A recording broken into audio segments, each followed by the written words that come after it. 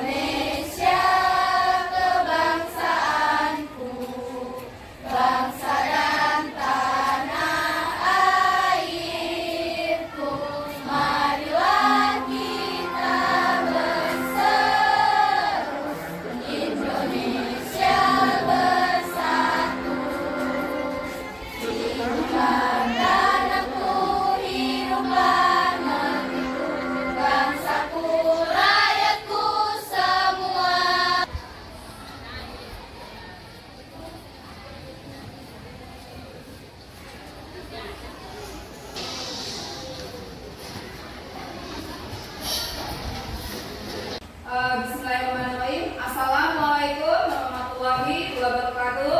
Waalaikumsalam warahmatullahi wabarakatuh. Baik, di sini kita bertemu lagi tentang pembelajaran kita, yaitu Kerajaan Mataram kuno. Tentunya kalian sudah siap untuk menjalankan pembelajaran kita pada pagi hari ini ya. Tetap semangat ya. Sudah sarapan? Sudah. Tadi di rumah sarapan? Sarapan. Oke. Sebelum kita masuk ke pembelajaran, kita berdoa dulu ya. Silakan dipimpin diri untuk memimpin doanya. Silakan.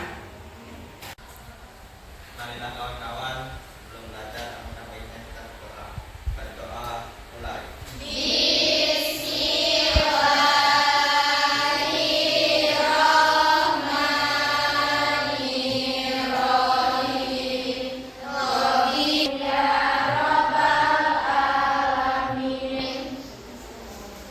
Salam. Assalamualaikum warahmatullahi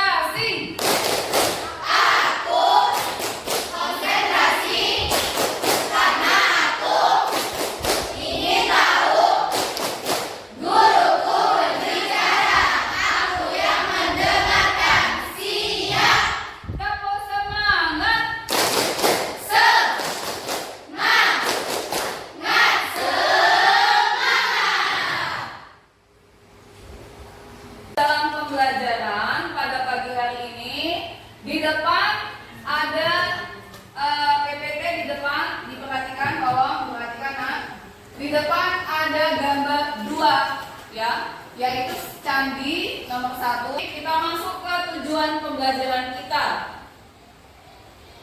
Tujuan pembelajaran kita silakan dibacakan. Naila. Tujuan pembelajaran 1. Melalui diskusi dan literasi peserta didik mampu menganalisis kerajaan Mataram kuno di Indonesia dengan benar. 2. Melalui diskusi kelompok, peserta didik menyimpulkan perkembangan kerajaan Mataram kuno di Indonesia dengan benar. 3. Melalui diskusi kelompok, peserta didik mampu menganalisis kelompok politik, ekonomi, sosial, budaya, masyarakat kerajaan Mataram kuno di Indonesia dengan benar. Mengomunikasikan hasil diskusi pada perkembangan kerajaan Mataram kuno di Indonesia dengan benar. Oke. Kita masuk ke poin 5, materi pembelajaran kita. Ya, di sini akan Ibu bahas sebelum kita masuk ke pembelajaran kita. Di sini tentang kerajaan Mataram kuno. Kerajaan Mataram kuno, ya, berdirinya kerajaan Mataram kuno yang bercorak kehidupan Hidup dan ya. Kerajaan Mataram kuno merupakan kerajaan maritim terletak di pedalaman Jawa Tengah yang terbagi menjadi 2 periode. Kemarin kita bahas. Apa periodenya di situ? Yaitu berpusat di Jawa Tengah pada abad ke-8 dan pada abad ke-9 sampai 10. Di sini tentang berdirinya kerajaan Mataram kuno. Baik. Poin ke-6, di sini kita masuk ke silsilah. Kemarin masih ingat silsilah? Coba dibacakan silsilah. Siapa yang bisa baca? Saya Bu. Oke. Silsilah kerajaan Mataram kuno. Ratu Slimat membagi kerajaan Kalingga untuk Dwi Parwati dan Iswara Pesawalingga. Setelah Dwi Parwati menikah dan punya anak bernama Sanaha, kemudian Sanaha menikah dan memiliki anak bersama Sanjaya. Sanjaya malah menikah dengan sepupunya sendiri, Dwi Sudiwara, yang merupakan cucu dari Iswara Pesawalingga. Baik, temannya sudah membacakan tentang silsilah kerajaan Mataram kuno. Kerajaan Mataram kuno kemarin tentang kerajaan Kalingga dan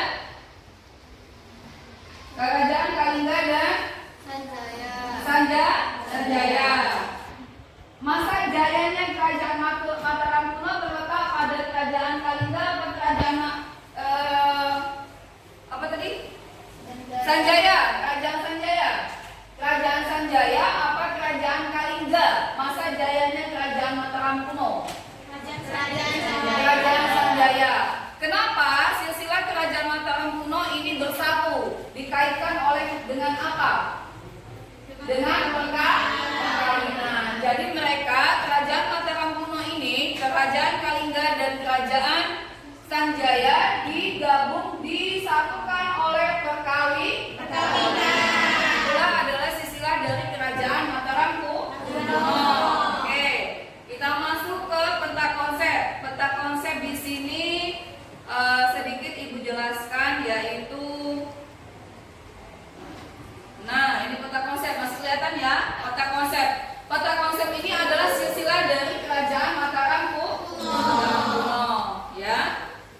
Masuk kita ke kehidupan ekonomi, sosial, kebudayaan masyarakatnya dalam kehidupan ekonomi. Jadi kehidupan masyarakat Mataram kuno ini cenderung pada pertanian. Silakan dibaca poin ketiga. Siapa yang bisa baca? Saya Bu. Ya, silakan. Kehidupan sosial, ekonomi, politik, keadaan masyarakatnya. Dalam kehidupan ekonomi, kerajaan ini fokus pada pertanian dan pemungutan pajak rutin. Dan kerajaan ini terletak dekat dengan Sungai Bengawan, Solo. Sungai ini berperan dalam sektor pertanian, terutama kalau di daerah Jawa biasanya beras. Kerajaan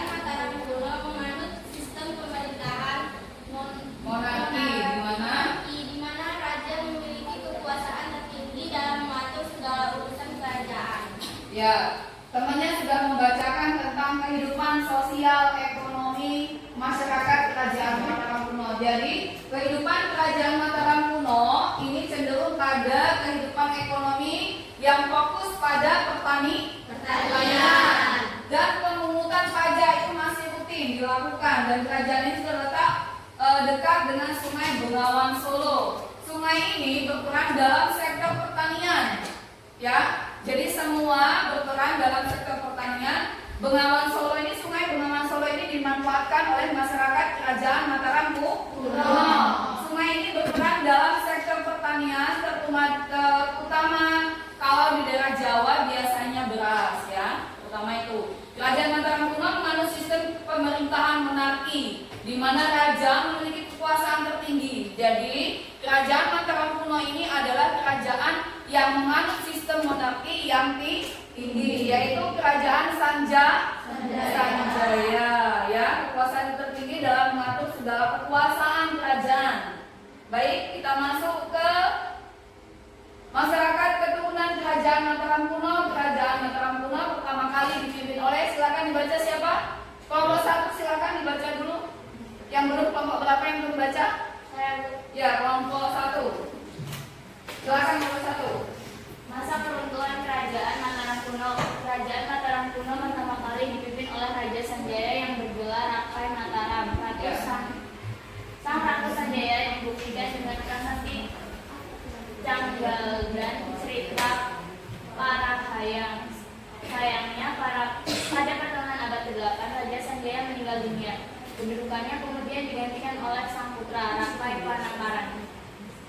Oke, sudah dibacakan ya. Baiklah, sudah dibacakan oleh kelompok 1. Masa keruntuhan Kerajaan Mataram kuno. Kerajaan Mataram kuno pertama kali dipimpin oleh Raja Sanjaya. Itu adalah kerajaan yang pada masanya berjaya, yang bergelar sebagai Rakai Mataram, ya.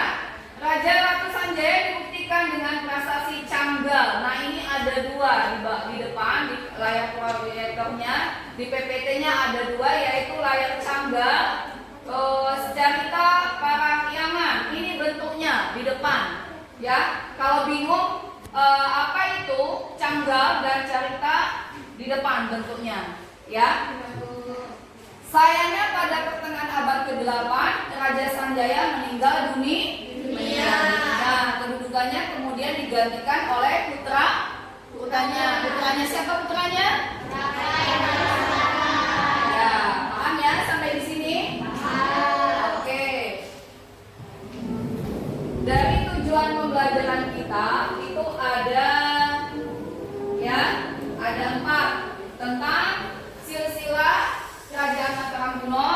Udah itu tentang perekonomian, tentang masa jayanya Kerajaan Mataram kuno. Jadi tugas kalian nanti itu ada 4, mendiskusikan pembelajaran tersebut, ya. Kita masuk ke LKPD.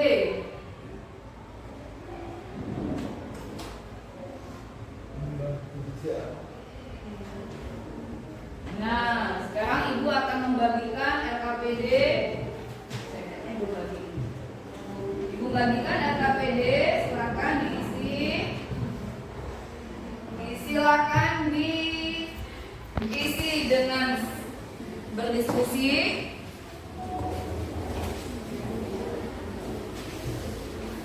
Sudah? Ibu kasih waktu 30 menit, cukup? Cukup. Ya, silakan dikerjakan.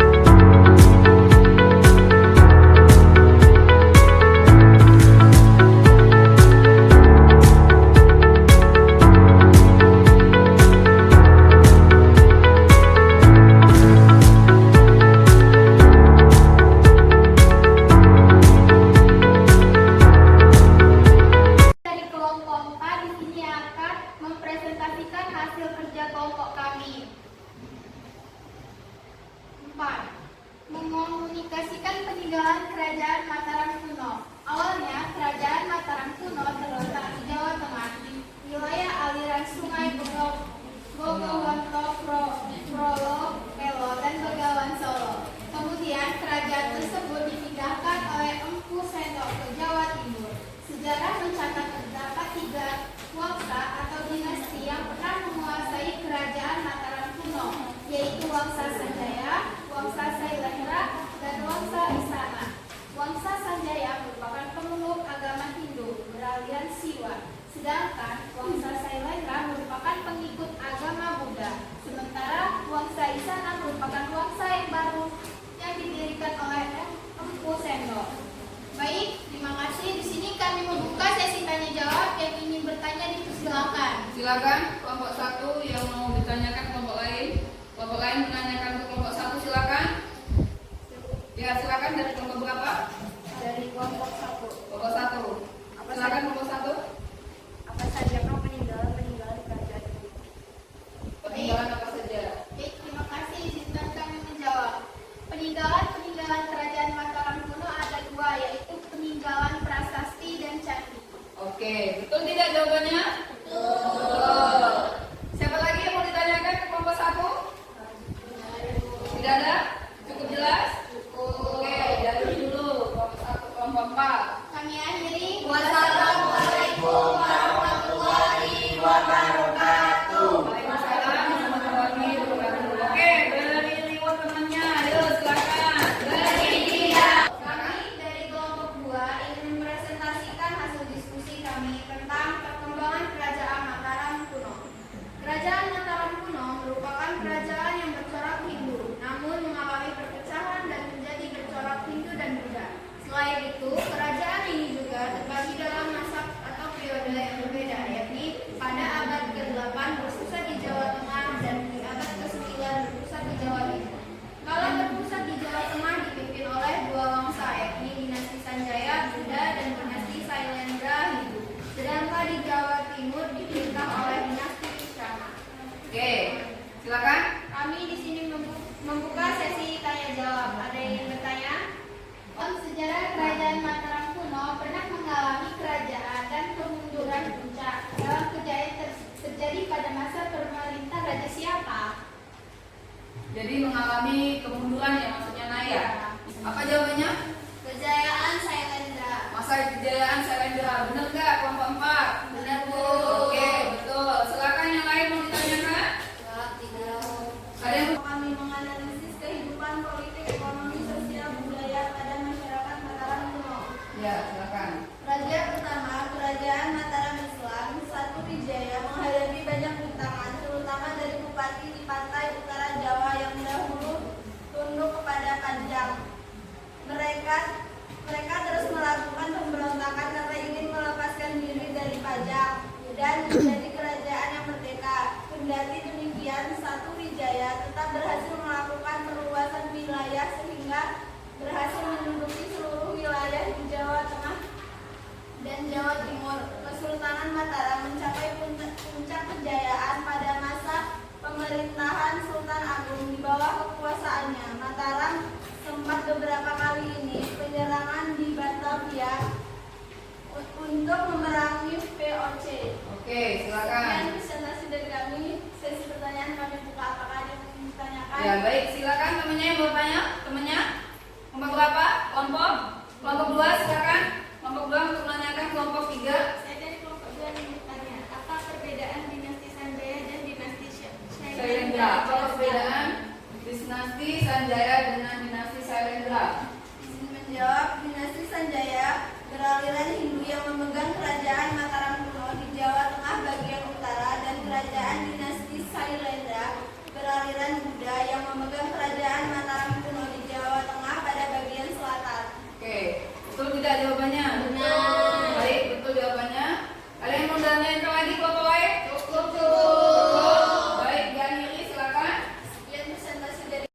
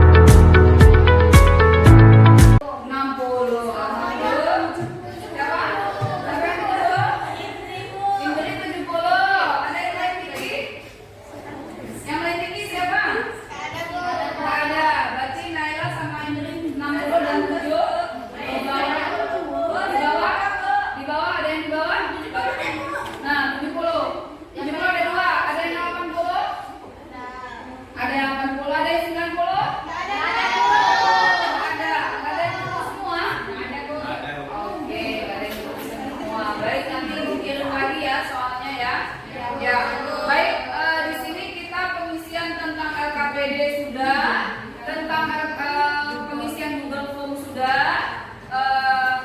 Yang hanya Ibu terapkan di sini pembelajaran pada pagi hari ini, semoga kalian bisa paham. Bagaimana suasana kalian pada pembelajaran pagi hari ini? Apa yang kalian dapat dari pembelajaran pada pagi hari ini tentang Mataram kuno? Apa, silakan? Tentang sejarah kerajaan. Bisa mengatakan. Tolong berdiri. Coba dijelaskan. Siapa yang bisa maju ke ini? Berdiri aja, udah nggak apa-apa.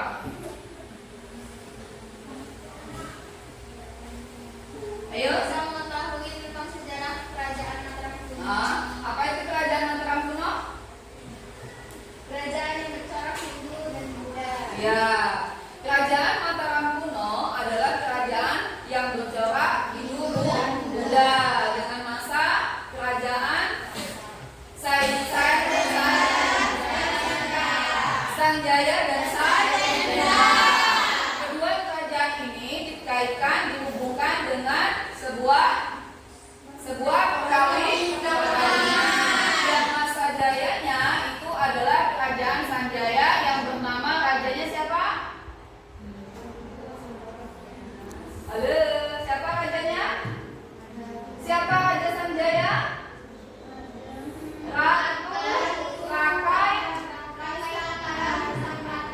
Rakai Mataram Sang Ratu Sanjaya.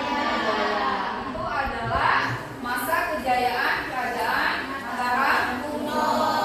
Oke, dalam pembelajaran Mataram kuno, tentunya kalian sudah tahu apa itu tentang dari kerajaan Mataram kuno. Apa kesimpulan kita pada kerajaan Mataram kuno? Kesimpulan dari kerajaan Mataram kuno pada pagi hari ini, kesimpulannya bagaimana? Siapa yang bisa menyimpulkan? Silakan.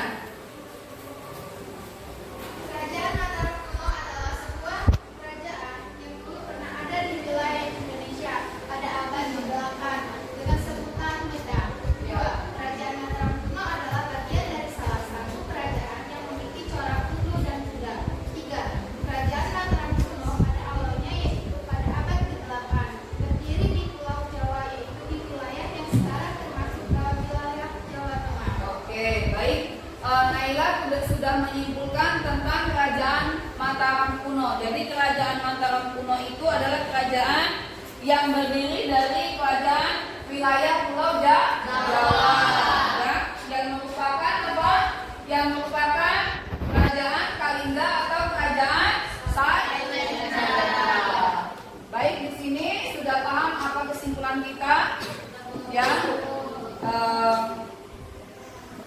Tentunya mungkin pembelajaran kita cukup sampai di sini, ya. Akan kita lanjutkan lagi pada pertemuan berikutnya tentang kerajaan Maritim, ya. Tentunya Ibu harap semoga pembelajaran pagi hari ini kalian bisa menerima dan memahami, bisa menjadi ilmu yang berguna bagi diri kalian dan masa depan kalian. Baik, di sini Ibu akhiri. Wassalamualaikum warahmatullahi wabarakatuh.